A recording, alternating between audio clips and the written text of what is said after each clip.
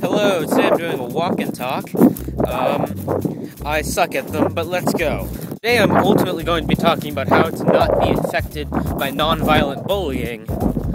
But first I want to tell you a story. A couple of days ago I was at school, and three unnamed kids were there as well. They were older, they were 14, 15 range, and they decided they wanted to create some inventive way to humiliate me and my friend, who we were working on computers.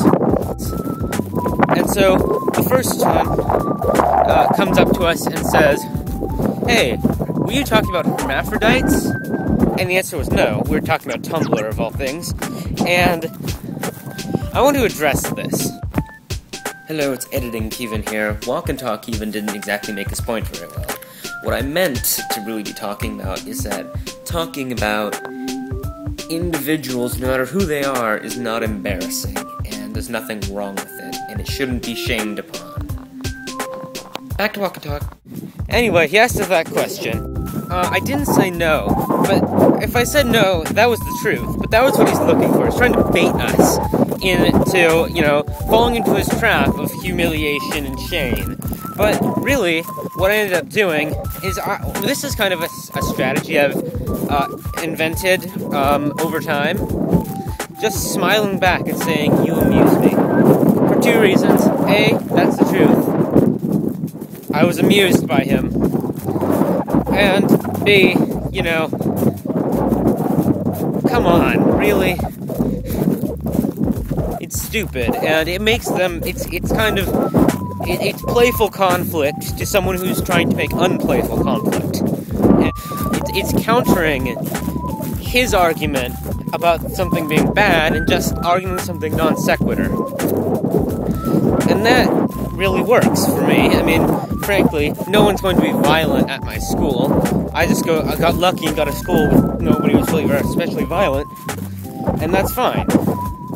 So after this guy leaves, not understanding what had just happened, one of the other people came.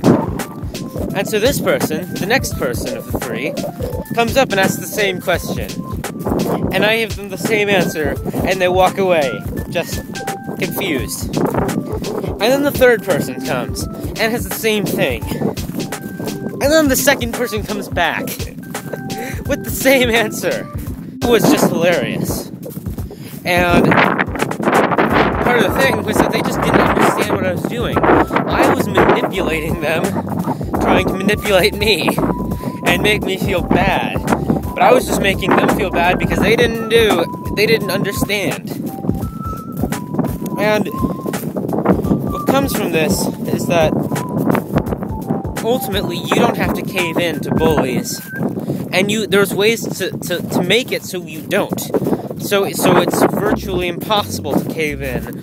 And this strategy definitely does not work with someone who's either violent or with with something that is violent. Of course, it'll just provoke violence. But if something that is not going to be violent, this is fine, and it's playful, and it's fun. Just make them feel like the bad person in the thing. And that is what, it stops people from bullying. But really, the other point of this, well, not really the other point, but another part of this, is realizing you're better than bullies. And if you're not a bully, I think everyone in their lifetime at some point, for most people it seems around their 20s, will have this moment. A moment where they realize, hey, I don't care if someone judges me, I'm not going to judge them back. I'm just going to live my life and have them live their life, because ultimately, no one cares about each other. These are our lives. And with that kind of thinking, you have that realization sometime in your life. Most people, it's around their 20s. I had that realization when I was about 12. And the thing is that I realized, because I've had that, I am just, by default, better. I'm more mature than them, and I don't need to cave in. Eventually, everyone who's watching this video will or has already had that moment. And that is something that's important. So, realize that bully is immature. An immature douchebag at that, but immature. Hello, I'm back. That's where the footage really ends, so thanks for watching. Goodbye. Give me a like.